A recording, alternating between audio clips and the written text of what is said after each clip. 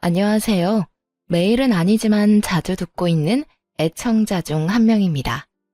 날씨가 덥더니 어느새 가을이 와서 하늘이 너무 예쁜 요즘이죠? 하늘 보셨어요?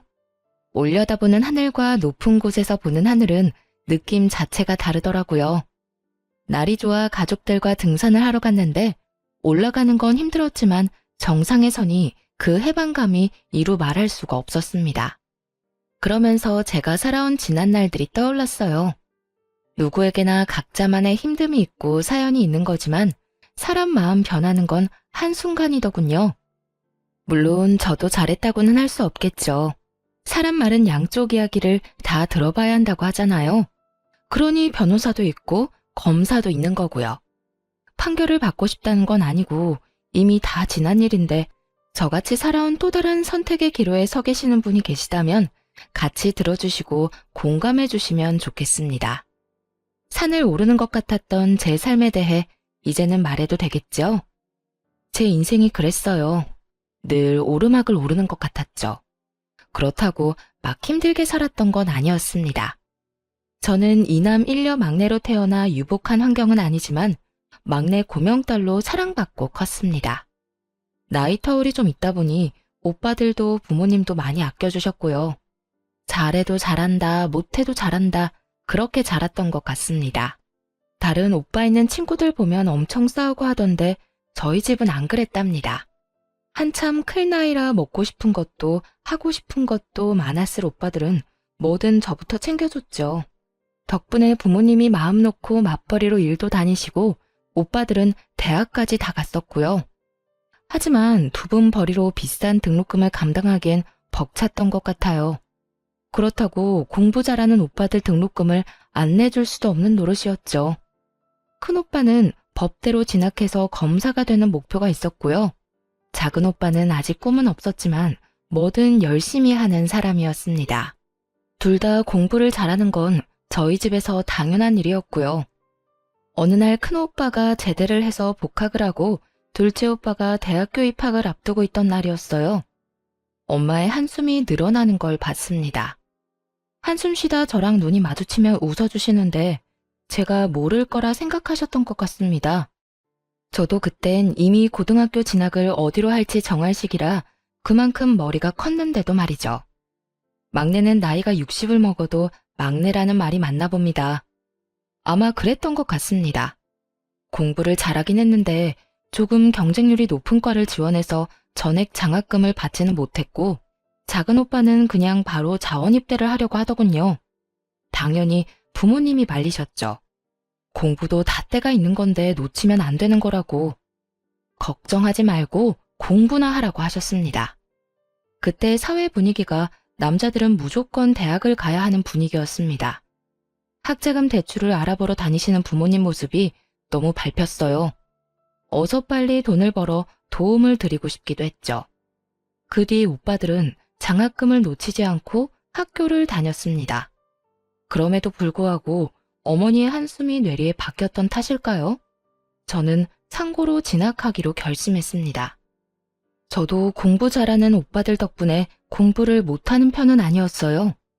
나름 학교에서도 상위권이라 선생님들은 당연히 제가 인문계로 진학할 거라고 찰떡같이 믿고 계셨고 아마 부모님도 다른 생각은 안 하셨던 것 같아요. 바쁘신 엄마가 처음으로 학교에 오셔야 했는데 항상 일하시느라 운동회도 못 오시던 분이었거든요. 그게 또 선생님에게 안 좋은 소리를 들으셔서 제 마음이 너무 아팠습니다. 어머니, 공부를 잘하는데 왜 상고를 가려고 하는지 모르겠네요. 집안이 많이 어려우세요? 네? 저희 미정이가 상고를요? 네, 무슨 생각으로 저러는 건지 모르지만 요즘은 여자들도 인문계 가야 대학도 가고 하고 싶은 거 하고 살지 않겠습니까? 좀 설득 좀 해봐 주세요. 미정아, 상고는 왜 가려고 그래? 누가 상고 가라고 했어? 엄마, 나 공부 잘하는 거 알잖아. 오빠들 때문에 이 정도 하는 거지. 인문계는 왜 가는 건데? 대학 가려고 가는 거잖아. 난 대학 안 갈 건데 굳이 인문계 갈 필요가 없잖아. 며칠 동안 오빠들부터 아빠까지 저를 설득하려고 애썼지만 제가 한번 고집 피우면 절대 꺾지 않는다는 걸 모두 잘 알고 있었습니다. 그렇게 저는 상고로 진학했고 장학금을 받으며 다녔어요. 성적도 물론 좋았고요. 덕분에 남들보다 빨리 취업 전선에 뛰어들 수 있었는데 내가 목표로 했던 은행은 근처에도 못 갔지만 말입니다. 이것은 참 세상은 인맥으로 돌아간다고 내정받은 건 저였는데 무슨 연줄이 있는 건지 학교 오는 둥 마는 둥 하는 아이가 선발됐다고 하더군요. 그때 좀 힘들었죠. 세상이 다 밉게 보이고 그래도 어쩌겠어요. 바뀌는 건 없더라는 겁니다. 저는 은행 대신 제법 큰 공장 회계과에 들어가게 되었습니다. 은행도 아니고 뭐 힘들게야 하겠냐고 주판만 두드리고 서류 정리만 잘하면 된다고 들었거든요. 주판이 어떻게 생겼는지 내 책상은 어디 있는지 전 계산은커녕 매일매일 청소만 하다 왔어요. 선배들이 자기 빨래까지 가져다 놓은 것도 분말 없이 빨아야 했고요. 그 시절 따뜻한 물이 나오는 건물이 어디 있었나요? 호텔에서나 나왔겠지. 추운 겨울엔 얼어붙은 손을 호호 불면서 빨래를 해야 했습니다. 집안일이라고는 해본 적이 없었던 저는 손빨래가 그렇게 힘이 들었습니다. 요령이 너무 없었던 거죠. 빨래하고 들어오면 손이 얼어 타자를 칠 수가 없어 사무실 일은 더 못했고 그러다 보면 일 느리다고 구박받고 계속 그런 일상의 도돌이표였습니다. 심부름도 한 번에 시키는 법 없이 다녀오면 다른 사람이 불러서 또 시키고 뭐 그런 식이었답니다. 그러니 일을 제대로 배울 수 있는 환경이 못 되었던 거죠. 요즘 같으면 바로 신고감인데 저희 때는 신고가 어디 있겠습니까? 그냥 다녀야 했습니다. 좀 지나니까 이골이 나기도 하고 오기가 나서 어디 두고 봐라 하는 마음에 제일 먼저 출근해서 청소해놓고 얼어있는 손 녹여서 일하고 선배들이 일 시키기 전에 미리미리 예상해서 다 해놓고 마지막까지 정리 다 하고 퇴근하길 반복했어요. 인생의 암흑기를 말하라고 하면 딱 그때라고 말할 수 있을 정도였습니다. 하지만 어둠이 계속되는 법은 없잖아요. 점점 해가 뜨기 시작했습니다. 그러다 보니 서류 업무도 조금씩 저에게 돌아오더라고요. 아시다시피 전 청소보다는 공부 쪽이 체질에 맞는 사람이라 전 제자리를 찾은 사람 마냥 업무 처리를 거침없이 해나갈 수 있었습니다. 언제 또 청소를 빨래를 시킬까 싶어 얼른 업무를 처리해 나갔죠. 물론 배울 것도 많았지만 크게 실수하는 일 없이 빠른 속도로 처리하다 보니 선배들이 너도 나도 할 것 없이 저에게 일을 주더라고요. 어느새 반대로 선배들이 저에게 일을 맡기기 위해 제 일을 덜어주는 상황이 발생하게 되었고 이런 제가 입소문이 난 건지 비서실로 발령이 나는 일이 벌어졌습니다. 이제 입사한 지 얼마 안 된 제가 비서실까지 가는 건 좀 눈치가 보여 처음엔 가지 않겠다고 했습니다. 사실 제가 가도 되는 곳인지도 알 수 없었고 여기보다 더한 곳이라는 소문에 두려웠거든요. 선배들을 다 제치고 이제 막 20살 갓 넘은 제가 비서실이라니 말이 안 된다 생각했습니다. 월급도 처우도 확연히 달랐기 때문에 서로 가려고 하던 자리였습니다. 그런데 정말 발령이 나버린 겁니다. 제 의사와는 상관없이 발령이 나서 묵묵히 책상을 정리하는데 선배들이 다가오더군요. 해코지할까봐 얼마나 놀랐는지 여자들의 시기 질투 원망이 얼마나 무서운지 직접 느껴본 저는 그저 무서움에 떨어야 했습니다. 그런데 아니었어요. 선배들은 진심으로 절 축하해 주셨어요. 미정아, 여기보다 더 힘들 거야. 열심히 해야 해.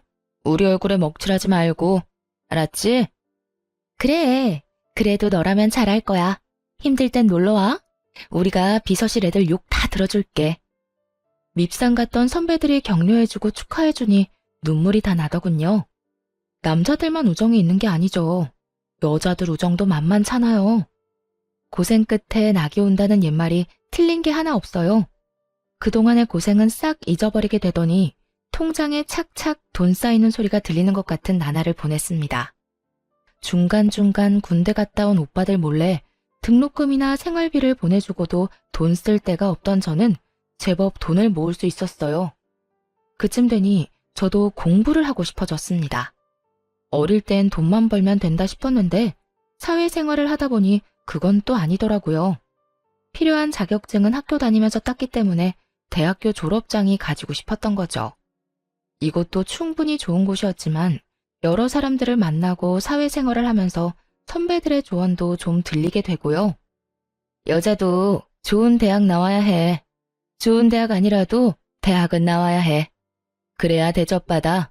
봐봐, 김대리하고 나하고 입사 동기인데 그때 월급 차이가 얼마나 났는지 알아? 살기 싫더라고. 김대리 타자도 한글 문서 작업도 못하던 놈이란 말이야. 일은 내가 더 많이 하는데. 선배의 말에 역시 대학을 다녀야겠다고 생각했지만 일하면서 공부를 병행하는 건 무척 어려웠습니다. 졸업한 지도 좀 되었으니 기억나는 것도 없었고요. 그래도 직장인들을 받아주는 야간 대학이 있다는 것을 알고 등록을 하고 학교를 다니기 시작했답니다. 그쯤 큰오빠는 사법고시를 패스했고 회사를 다니다가 무슨 시험 준비를 한다던 작은오빠까지 공무원 시험에 합격해 집안의 경사가 계속 이어졌습니다. 동네 플랜카드도 제가 걸어주었습니다. 모두에게 우리 오빠들이 이만큼 잘났다고 자랑하고 싶었죠. 그걸 보며 부모님이 웃으시는 걸 보자 제 마음이 다 편해지더군요. 뭔가 다 이룬 느낌까지 들었습니다. 정작 저 스스로는 이뤄놓은 게 하나 없었는데 말이죠. 그날을 계기로 전 홀가분한 기분으로 다시 직장과 공부를 병행하며 즐거운 나날을 보냈습니다.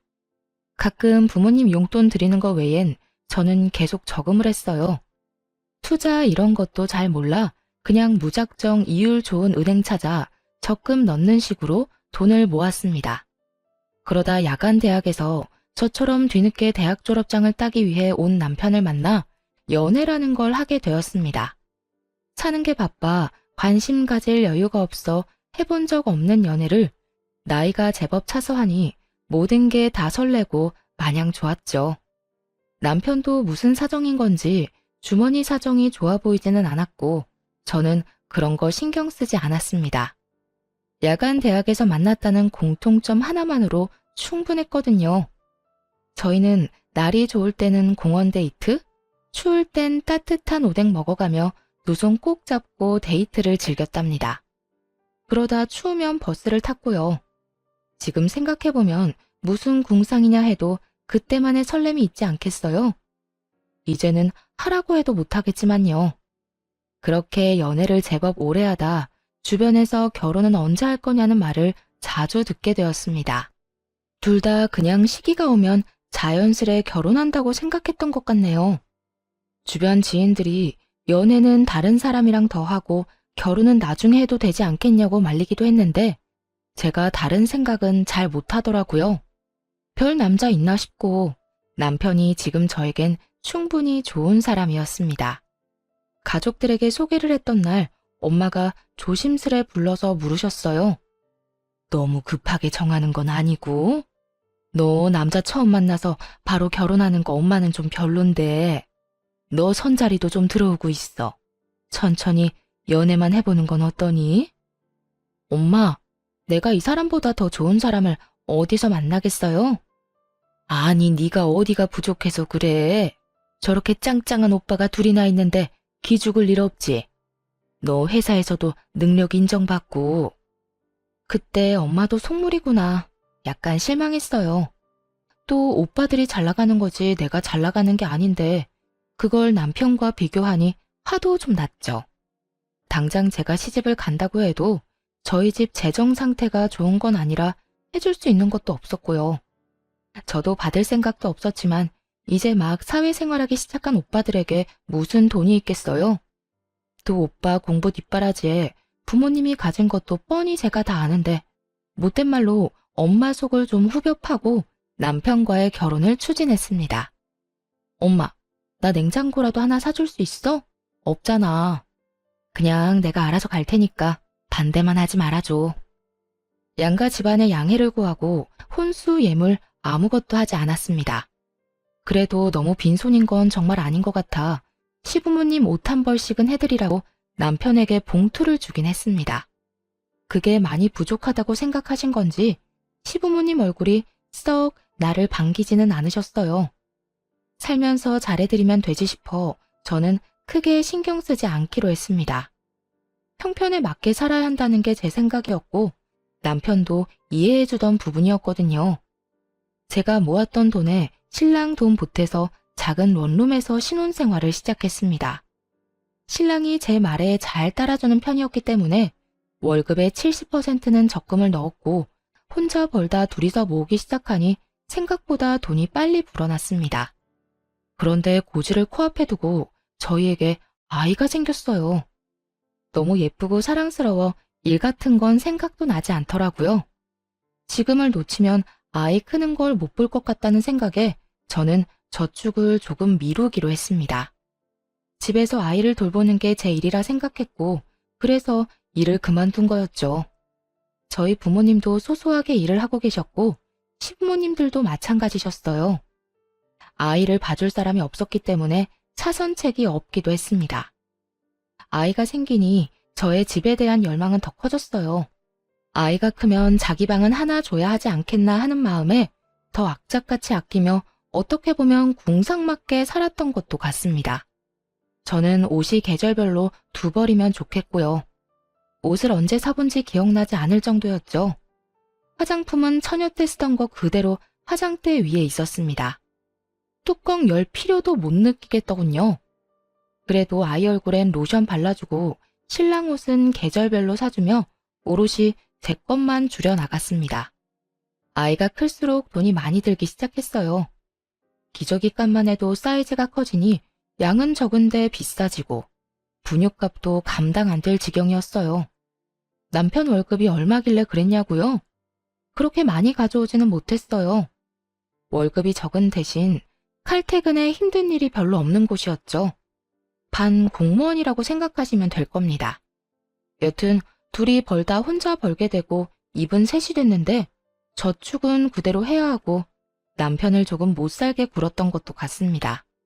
먹는 것도 그냥 반찬 하나에 밥, 국 정도면 먹는 저와 달리 남편은 안 먹어도 한 상 차려 먹는 걸 좋아하는 편이었으니 얼마나 맵기가 불만이었을까요? 한 번씩 친정에서 반찬 좀 주면 잘 차려주지 매일 그런 밥상은 힘들었습니다. 반찬이 생겨도 며칠에 나눠서 먹고는 했으니까요. 당연히 남편도 이해해준다고 생각했어요. 그래도 다른 건 남들 못지않게 신경 써주고 있다고 자부했으니까요. 그런데 어느 날부터 남편이 안 하던 반찬 투정도 하고 짜증을 입에 달기 시작했습니다. 안 그러던 사람이 그래서 외벌이라 힘든 거지 하고 이해하고 넘어갔습니다. 확 변하면 눈치라도 챌 수 있었을 텐데 차츰 변하는 걸 알아채기엔 저도 아이를 키우느라 정신이 너무 없었네요. 그냥 단순히 남편이 밖에서 힘든 만큼 더 아끼고 아이를 잘 키워야지 하는 생각밖에 하지 않았죠. 그러다 드디어 제일 큰 금액이 든 적금 만기일이 다가왔습니다. 저는 미리 집을 보러 다녔어요. 집이라는 게 발품도 팔아야 같은 값이라 해도 더 좋은 집을 구한다고 동네 부동산 사장님이 그러셨거든요. 세대, 여기 슈퍼 건너편 2층 벽돌집 알지? 거기가 지금 급매로 나왔어. 나쁜 일로 나온 게 아니라 이민을 간다고 빨리 처분해달라더라고. 생각 있으면 보러 와. 여러 군데 집을 보러 다니다가 괜찮은 집이 급매로 나왔다는 연락을 받고 보러 갔더니 정말 마음에 딱 드는 그런 집이었습니다.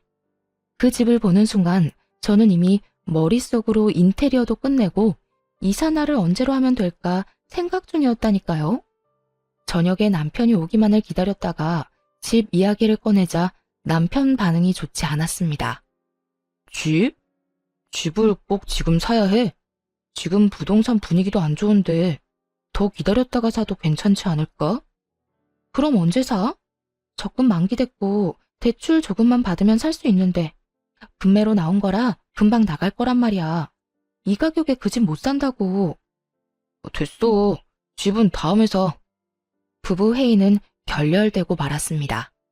저희는 싸움 아닌 싸움을 했고 남편은 그 길로 나가더니 들어오지 않았고요. 저는 남편은 차차 설득하면 된다고 생각하고 일단 계약금을 걸기 위해 은행을 찾아갔습니다. 그런데 이게 무슨 일인가요? 만기 통장에서 찾을 수 있는 돈은 없었습니다. 대체 무슨 일이 일어난 건지 처음엔 도통 알 수 없었습니다. 내 명의 통장을 누가 건드릴 수 있다는 말인지, 요즘은 신원 확인도 잘해서 본인 아니면 통장 거래도 안 된다고 알고 있었는데 말이죠. 사모님, 2달 전에 온라인으로 해지 신청하시고 인터넷 뱅킹으로 이체하신 이력이 있으십니다. 모바일 OTP도 받으셨네요. 휴대폰 한번 보세요. 대체 누가 내 휴대폰에 은행 어플을 깔아 해지를 하고 이체를 했다는 건지 멍청하게 그때까지도 전 남편을 의심하지 않았습니다. 그냥 어떻게 그게 가능하지? 라고 바보 같은 생각만 했죠. 저기 이체된 계좌주 명이 땡땡땡입니다. 바로 남편이었죠. 하늘이 무너지는 것 같았습니다. 돈을 떠나서 믿었던 사람에게 배신당한 느낌에 정신을 차릴 수가 없었습니다. 남편은 내가 모를 거라 생각했던 걸까, 내가 그렇게 바보 같았나 싶었습니다. 몰라서 안 한 게 아니라 돈 거래를 할 일이 없어 인터넷 뱅킹도 일부러 깔아두지 않았는데 이게 독이 될 줄이야 누가 알았겠어요. 은행에서 돌아오는 길이 천리말리길 같았습니다. 유치원을 다녀온 아이를 보자 덜컥 눈물부터 나더군요. 자기 방에다 예쁜 침대하고 책상을 갖고 싶어 했는데 엄마가 금방 해줄게, 조금만 기다려 라는 말에 너무 기뻐하던 아이였는데, 아이를 안고 울고 있는데 남편이 들어왔습니다. 저희는 처음으로 아이 앞에서 부부싸움을 했어요. 눈에 불덩이라도 떨어진 건지 아무 생각도 안 나더군요. 당신, 얘기 좀 해. 오늘 적금 찾으러 갔다 왔어. 근데 돈이 없더라? 나 빈 통장만 들고 되돌아왔다고. 1,000만 원도 아니고 억 단위 돈을 어디다 썼어? 왜 말도 없이 뺀 거야? 걱정하지 마. 투자 좀 했어. 당신 창기 알지? 그 친구 사업 대박 나서 이번에 확장하는 건데 거기 투자한 거야. 곧 100배로 불려줄게. 더 크고 좋은 집으로 이사 가자. 알겠지? 100배라는 말을 믿을 수 있어? 그러다 잘못되면 투자 아무나 하는 거 아니야. 아무나? 내가 아무나야? 막말로 그 돈 내 월급도 들어갔잖아. 공동재산인데 내가 쓰면 안 되는 거야? 그 말이 아니고 상의를 먼저 하고 했어야지. 그렇게 마음대로 써버리면, 그러다 잘못되면 나한테 뭐라고 하려고 그랬던 건데? 잘못될 일 없어. 창기가 그럴 일 없다고 했어. 확실하다고 했다고. 당신이 집에서 살림만 해서 사회 돌아가는 걸 몰라서 그래. 신재생 에너지가 뭔지는 알아? 모르잖아. 모르면 그냥 가만히 있어. 초조한 나날을 보내다 결국 사단이 나고야 말았습니다. 남편은 공황장애가 온 사람처럼 불안해하며 이상한 증상을 보이더니 회사도 가지 않는 것 같았습니다. 그러다 어느 날 통화를 하더니 욕을 하고는 폰을 집어 던지더군요. 느낌이 왔죠. 아, 잘못됐구나. 100배 넘는 수익이라뇨. 그건 다단계였습니다. 처음엔 수익이 통장에 짱짱하게 찍혀 사람 속이기 딱 좋죠. 그걸 보고 창기라는 남편 친구가 속아서 시작을 하고, 친구를 철떡같이 믿은 남편은 제대로 알아보지도 않고 투자를 한 거였죠. 공중에서 돈다발이라도 뿌려봤으면 덜 억울했을지도 모릅니다. 한참 오르막을 오르다 정상에 다 왔다 했더니 더 가파른 길이 나타난 겁니다. 아니, 절벽이 나타난 거죠. 남편은 몇 날 며칠 술만 마셨어요. 저러다 급성 간경화로 죽는 건 아닐까 걱정될 정도였습니다. 미우나 고우나 제 남편 아니겠어요? 저는 다시 시작한다는 기분으로 남편을 다독였어요. 다시는 이러지 마. 사라진 돈 그냥 없었던 돈이라 생각하고 다시 모으자. 그러니 정신 좀 차리고 당분간 집에서 좀 쉬어. 남편도 면목이 없었던 건지 조용히 받아들이더군요. 이미 회사에서도 잘린 상태였고 일할 의지도 없어 보여 제가 일자리를 알아볼 수밖에 없었습니다. 돈복은 없어도 일복은 있는지 마침 연락해본 직장 선배에게서 자리가 났다는 소식을 듣게 되었죠. 몇 년의 공백이 있었지만 저를 기억하고 있는 분들은 많았어요. 복귀한다고 하니 반겨주셔서 너무 감사했습니다. 그렇게 저는 남편 대신 한 가정의 가장이 되는 길을 택했어요. 남편이 그렇게 되기 전만 해도 성실히 일해온 건 분명한 사실이니까요. 남편에게도 휴가를 주는 거였죠. 그런데 남편은 저에게 받는 용돈이 아무래도 부족했던 건지 저 몰래 오빠들을 찾아가거나 친정엄마를 찾아가서 손을 벌리는 한심한 사람이 되어버렸습니다. 하지만 모른 척 기다렸어요. 전 아이 아빠를 믿었거든요. 다시 일어설 거라고. 외벌이는 힘들었지만 역시 직장 생활은 저의 삶에 활기를 불러일으켜 주었습니다. 힘든 일은 금방 잊어버리게 되더군요. 그러다 친정엄마가 점심때 회사로 찾아오셨어요. 경희 아줌마 알지? 저번에 그 아줌마 따라 경매에 가봤거든. 다들 하나씩 적어내길래 그냥 한번 적어냈는데 내가 낙찰받았지 뭐냐? 무려 서울에 있는 50평대 아파트였습니다. 무슨 사연으로 경매에 나온 건지 모르지만 엄마가 낙찰받은 가격도 그렇게 낮은 금액도 아니었죠. 저에게 돈을 달라고 오신 건가? 드릴 돈이 없는데 괜한 걱정부터 들었습니다. 저희 집이 이렇게 된 걸 엄마는 모르셨거든요. 엄마가 돈이 어디 있어서. 네 오빠들도 일하니까 돈 금방 모이더라. 내 새끼들이 다 착하잖냐. 너도 그렇고 벌어서 나 갖다 주잖아. 이 나이 먹고 이제 돈 쓸 데도 없고 해서 그냥 한번 해본 건데 그네한테 물어보니 괜찮은 거라고 낙찰 받으라 해서 받았어. 그리고 너 시집 갈 때 집에 돈이 너무 없어서 아무것도 못 해준 거 엄마가 마음이 안 좋았는데 그래서 말이야. 이거 너 해라. 엄마. 네가 그동안 하고 싶은 거 못하고 모은 돈 다 우리한테 쓴 거 알아.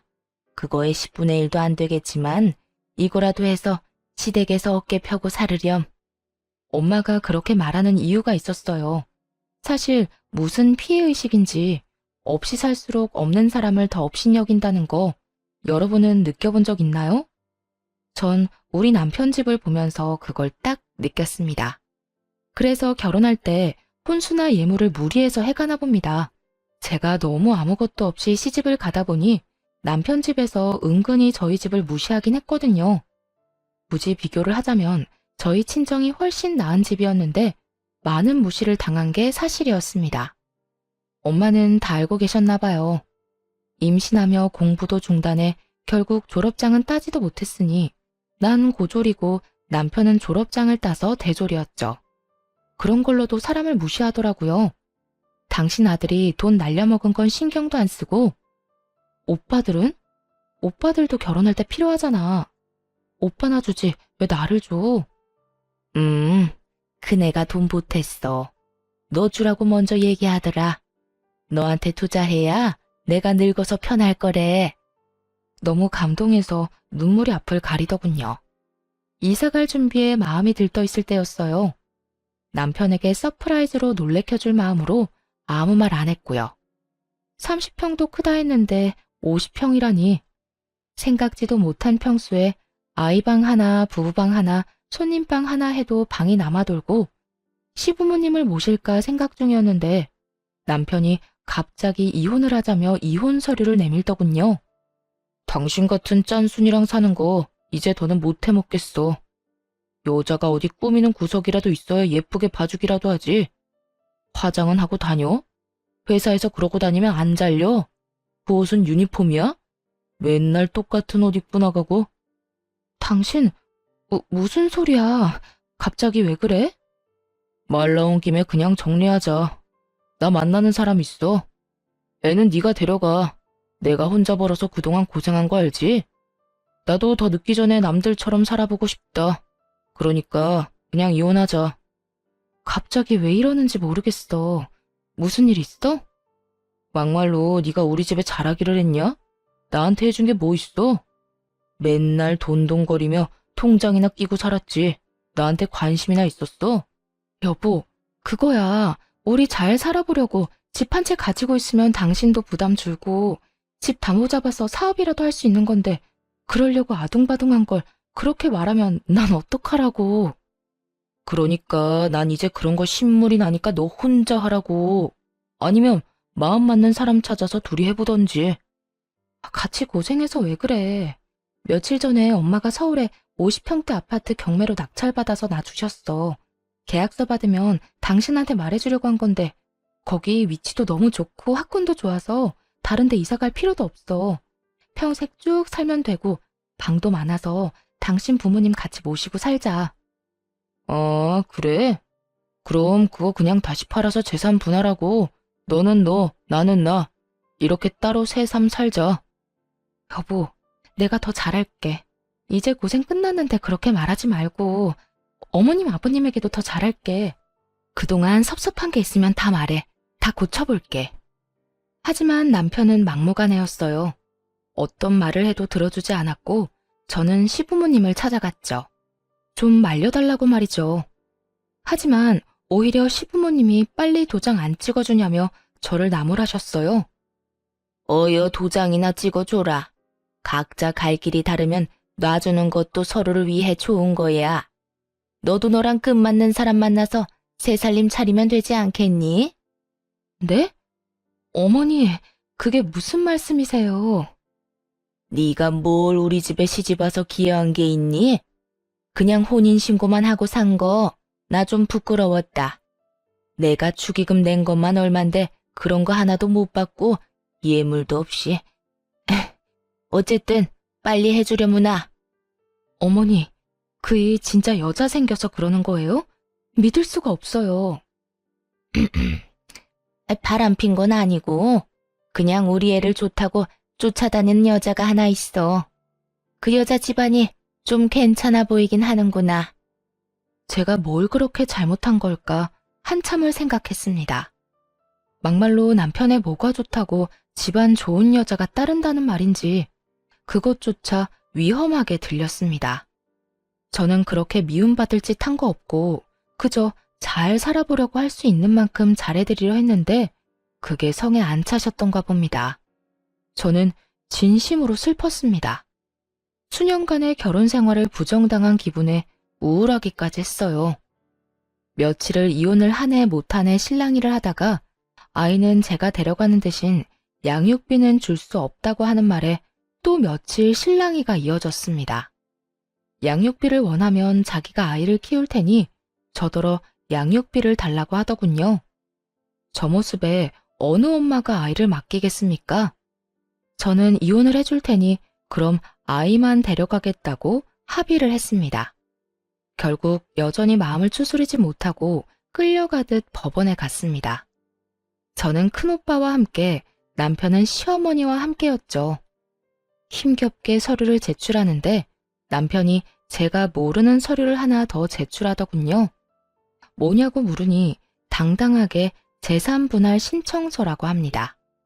재산이라니, 저희는 재산이라고는 아시다시피 남편이 날려먹었던 적금이 다였는데 말이죠. 우리한테 무슨 재산이 있다고 그런 서류를 내? 지금 사는 집 전세금? 그거 반반하면 되는 거 아니야? 굳이 이런 거 낼 필요 없이. 또 50평 아파트 장모가 준 거 있잖아. 그건 왜 빠뜨려? 날 아주 호구로 하는구만. 아니, 그건 엄마가 나한테 준 거지 당신 건 아니잖아. 당황해서 아무 말 못하고 있자 큰오빠가 나서서 증여재산에 대해 차분하게 설명해 주었습니다. 자네 그때 내 동생 데려갈 때 뭐라고 했어? 손에 무릎 묻혀도 마음 많은 보듬고 살겠다고 했잖아. 이게 뭐야? 그리고 증여재산은 재산 분할에 해당이 안 되는 거 모르나? 모르면 변호사한테 물어보던가. 뭐? 그 아파트가 재산 분할에 해당 안 된다고? 나 그거 믿고 너 만나는 애인이랑 그거 팔아서 새 살림 차리라고 한 건데. 뭐야 엄마. 엄마가 그냥 이혼하면 된다고 했잖아. 나 그럼 돈 한 푼도 못 받는 거야? 아유, 잘 좀 알아보지. 어떡하면 좋니? 너 가게 하나 해주면 새아가한테 아파트는 우리가 해준다고 했는데. 진짜? 엄마가 책임져요. 난 몰라. 잘못되면 다 엄마 탓이야. 지금껏 보고 살아온 사람이 맞는 건지 완전 다른 사람을 보는 것 같았습니다. 무엇에 홀려도 단단히 홀렸던 게 아닐까 했죠. 저런 사람을 남편이라고 받들고 살다니 제 자신이 한심하기 이루 말할 수 없었죠. 순식간에 콩깍지가 벗겨졌는지 정남이가 뚝 떨어졌습니다. 이혼 서류 제출만으로는 이혼이 바로 되지는 않더군요. 이혼되기까지는 꽤 긴 시간이 필요했습니다. 조정기간 이런 것도 필요했고요. 먼저 이혼을 요구한 남편은 아파트가 재산 분할이 안 된다고 하자 말을 바꿨습니다. 하지만 제가 이제 같이 살 마음이 없어진 지 오래였고요. 제가 끝까지 이혼하겠다 하니 갑자기 그럼 아이는 자기가 키우겠다 하더군요. 언제는 나보고 데려가라고 하더니 웃음밖에 안 나왔습니다. 결국 큰오빠의 도움으로 양육권도 제가 받아오고 양육비도 매달 50만 원씩 보내주는 걸로 이혼은 정리가 되었습니다. 엄마가 낙찰받아줬던 아파트는 딸과 둘이 살기엔 넓었기에 친정 부모님과 함께 살기로 했습니다. 저는 덕분에 멈췄던 공부도 다시 시작했고요. 다 엄마가 잘 봐주셔서 가능한 일이었습니다. 참 감사한 일이죠. 아, 그 뒤로 전 남편은 어떻게 됐냐고요? 말도 마세요. 딱 1년 지나고 제가 사는 아파트로 찾아왔는데 1년 만에 보니 감회가 새롭고 그럴 줄 알았는데 지난번에 정남이 떨어진 거에 뭐 더 떨어질 게 있다고 완전히 사람으로 안 보이게 되었습니다. 여보, 우리 다시 합치자. 애도 아빠가 필요하잖아. 나 그 여자랑은 애초에 헤어졌어. 그때 잠깐 꼬셔서 넘어갔던 것뿐이야. 난 자기밖에 없는 거 잘 알잖아. 정말 한심해서 말도 안 나오더라고요. 말을 안 하고 있으니 내가 허락했다는 뜻으로 받아들인 건지 슬금슬금 안으로 들어오려는 거 체인을 딱 걸어 잠그고 소리쳤습니다. 누구신데 남의 집에 와서 이러세요? 잘못 찾아오신 거면 그냥 가시고요. 여보, 왜 이래? 자꾸 헛소리 하시면 경찰에 신고할 거고 아파트 CCTV 영상 따서 입구에 붙여놓을 거예요. 잡상인 출입이 잦으니 조심하라고. 잡상인? 잡상인. 어서 안 꺼져? 당장 꺼지라고. 제가 큰 소리를 내니 처음 보는 모습에 놀라서 달아나는데 신발이 벗겨져도 모르고 열심히 도망가는 모습이라니 혼자 봐서 아쉬울 정도였답니다. 그렇게 쪽을 당했으니 다시는 오지 않을 거라 생각했는데 방심했던 게 있었습니다. 딸아이 학교를 찾아간 거였어요. 이제는 초등학생이 된 딸은 아무래도 아빠를 보니 좋았나 봅니다. 딸이 처음 보는 인형을 집으로 들고 들어와 물으니 아빠가 줬다고 말하는 거 있죠? 이 사람이 아이를 꼬시려고 작정을 했구나 싶었죠. 저는 바로 큰오빠에게 사정을 얘기하고 접근 금지 신청을 부탁했어요. 딸에게도 아빠를 보면 따라가면 안 된다고 신신당부했고요. 이대로는 안 되겠다 싶어 고민을 하다 전 남편의 부모님을 찾아갔어요. 다시는 보고 싶지 않은 사람들이지만 별판을 지어야겠다고 생각했죠. 전 시부모는 작은 테이블 몇 개 놓고 동네 치킨집을 하고 있었는데 제가 간 날 딱 봐도 고등학생으로 보이는 아이들에게 술을 팔고 있었습니다. 핸드폰 동영상 줌 기능을 활용해 증거 영상을 깔끔하게 찍어 전 시모에게 내밀었죠. 이 친구들 학생인 거 알고 술 파시는 거죠? 이거 제가 시청에 넣으면 영업정지 당하는 건 아실 테니까 긴 말 안 할게요. 딸아이 근처에 얼씬도 하지 말라고 해주세요. 아니면 사람 심어서 계속 사진 찍어서 신고할 테니까. 아니야. 저 청년들 학교 안 다녀. 학교 안 다니면 미성년자 아닌 줄 아세요? 좀 알고 장사하세요. 저처럼 몰라서 뒤통수 맞지 마시고요. 설마 그럴 리가. 아니야. 민증 검사는 하셨나요? 안 하셨죠? 정상 참작도 안 되겠네요. 아이고, 이 나쁜 년. 무슨 심보로 그러는 거야? 무슨 심보요? 아줌마가 나한테 그런 말할 자격이 있으신가 모르겠네요. 해봐라, 해봐. 해볼 테면 해봐. 내가 가만히 있나 보자. 이게 끝인 걸로 아시면 안 되죠. 유통기한 지난 식품 나와도 끝인 거 아시죠? 점검기간 아니라도 신고하면 출동해요. 못된 년. 너 인생 그렇게 살지 마라. 그럼 잘 알아들으신 걸로 알고 가볼게요. 천하의 못된 여자 연기해보니 너무 시원했습니다. 허탈하기도 했고요. 이제 다시 찾아오는 일은 없을 거라 생각하고 싶어요. 다음날 모르는 번호로 연락이 왔습니다. 바로 전 남편이었습니다. 만나자고 하는 걸 싫다고 하니 그럼 전화통화 잠깐만 하자고 해서 그러자 했더니 구구절절 사연을 읊더군요. 전 귓등으로도 듣지 않았어요. 전 같이 사는 동안 함께 잘 살아보고자 최선을 다했고 최선을 다한 결과가 배신이었으니 그럴만하다고 생각했습니다. 그러니 전혀 아쉬운 게 없었죠. 진짜 다시 기회 줄 수는 없는 거야? 나 당신하고 열심히 살았잖아. 우리 딸은 나 보고 싶어 하잖아. 딸만큼은 만나게 해줘야지. 내가 이혼할 때 당신이 나보고 키우라고 해서 딸한테 아빠는 자식 같은 거 안 키운다고 했다고 다 말했어. 그러니 신경 쓰지 마. 그럼 우리 엄마 가게 신고하지 말아줘. 부탁이야. 당신 하라는 대로 할 테니까. 나 분명히 말했는데? 당신이 또 찾아오면 시청이든 경찰서든 신고할 테니까 각오하시라고. 나 얼마든지 할 수 있는 거 알지? 알지. 형님들이 어떤 분이신데. 응, 알면 됐어. 그러니까 이제 다시는 연락하지 말고 당신 뜻대로 나 같은 구질구질한 사람 찾지 말고 좋은 사람 찾아서 행복하게 살기를 바랄게. 그 이후 남편은 정말 땅으로 꺼진 사람처럼 사라졌습니다. 연결된 사람들이 있어 가끔 소식이라도 들려왔는데 한동안 들리는 소식이 너무 없어 궁금해지기까지 하더군요.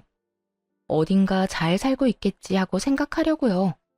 그리고 저는 직장과 학교를 병행하며 열심히 살고 있습니다. 지금 졸업을 앞두고 졸업 논문을 쓰다가 쉴 겸 사연을 쓰다가 길어져 버렸네요. 여기저기서 남자 소개시켜준다고 하는데 아직은 혼자가 좋습니다. 아마 계속 혼자일 것 같습니다. 안 해본 일이 많아 하나씩 일어나가는 쾌감에 요즘 사는 재미가 너무 좋네요. 집에 대한 갈망 때문인지 부동산 공인중개 자격증도 도전해 보려고 합니다. 제 인생은 지금 산 어디쯤인 걸까요? 다시 정상을 올라가고 있는 중일까요? 여러 봉우리 중 이제 막 하나를 넘은 건 아닐까 합니다. 산에 오르려면 오르막을 올라야 하고 결국 내리막을 내려와야 집으로 갈 수 있듯이 욕심 안 부리면 힘든 일도 금방 지나가는 것 같습니다. 이거 들으시는 여러분도 힘든 일만 생각하지 마시고 뒤도 돌아보고 옆 사람도 가끔 의심하면서 인생 즐기면서 사시면 좋겠습니다. 그러다 가끔 산에 가셔서 깨끗한 공기 마시면서 기분 전환해 보시는 것도 추천드리고요. 긴 이야기 들어주셔서 감사드립니다. 일교차 심한데 감기